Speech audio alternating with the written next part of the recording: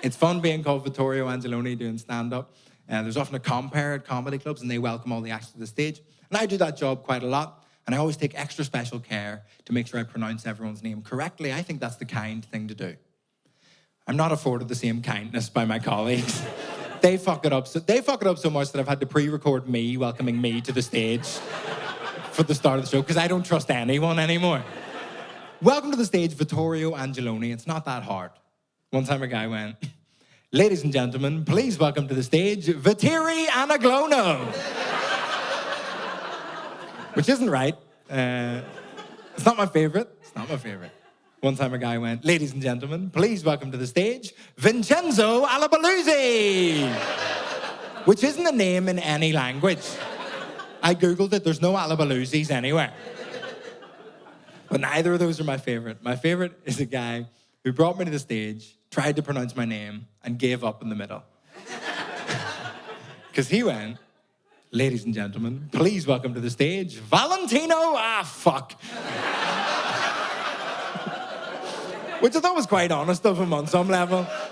I kind of appreciated it. I didn't get called Vittorio growing up in primary school. Belfast's a very good place for nicknames. I had a nickname in primary school because in primary school, I had a lot of struggles with anxiety attacks. Do you know what they called me? Panicking Skywalker. Which is just great bullying. You gotta respect it. That's top level work. It's actually only the third worst nickname I've ever heard from Belfast. Number 2, there was a guy in my class called Donal. And you know when you were younger and your mum used to cut your hair? Not a lot of poor people in, don't worry about it, that's fine. Basically, Donal's mum was doing the buzzer up the back and she accidentally went too high. So she had to give him a full skinhead, like bald. Do you know what we called him for 10 years? Shmuel. You know, like out of the boy in the striped pajamas. That's a bit much for some people in the audience. My primary school was fine with it. Even the teachers in the register were like, "Shmuel, here, okay, he's fine." That's true, he's a dentist now. He puts the gold fillings into people's teeth.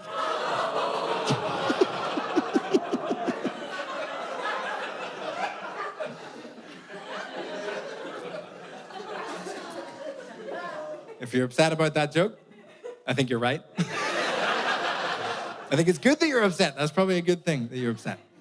It is funny that you're upset. Because it is number 2 on the list. Number 1's my dad. The worst nickname I've ever heard is my dad. My dad grew up in Belfast, but he is Italian. Do you know what my dad got called in primary school? My dad got called the N-word because he was the darkest person anyone had ever seen.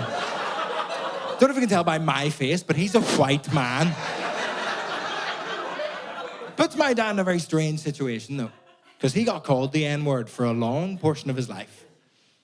So he thinks he can say it. He's like, "I'm reclaiming it. I don't think you are, Dad." It's good you're laughing. All your dads think they can say it as well. At least mine has an excuse, you know? No, my dad doesn't think he can say the N-word anymore. It's like my dad's listening to hip-hop, like, "She take my money." I ain't saying she a gold digger, but she ain't messing. No, my dad doesn't like hip-hop. I like hip-hop. We have arguments sometimes, me and my dad, but I think he's starting to win the argument because hip-hop confuses me. Every hip-hop song now just seems to have a voicemail in the middle of it. Right in the middle of the song. It'll just be like, "Hi, Kendrick, it's your mom.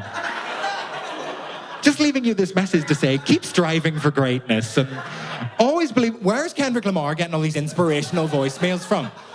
You know, if I put my voicemail in a song, do you know what it would sound like?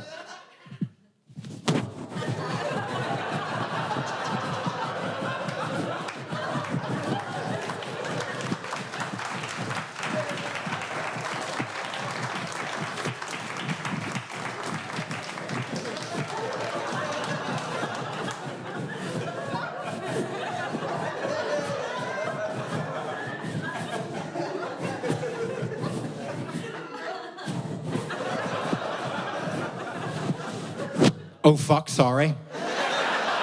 And that's all they ever are. You can't make hip-hop out of that, unfortunately.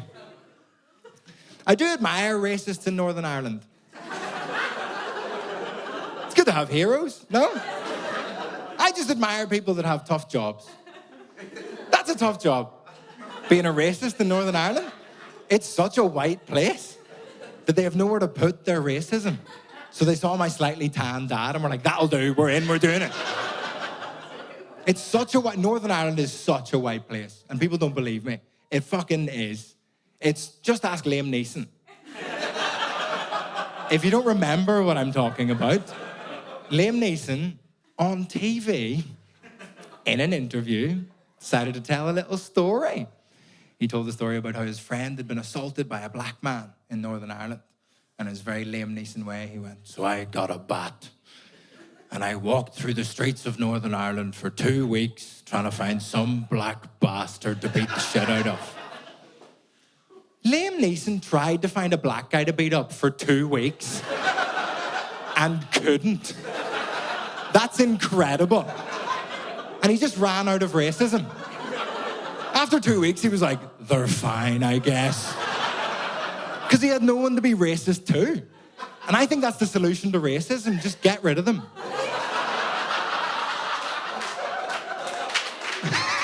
No, you can't clap that, actually. Please don't.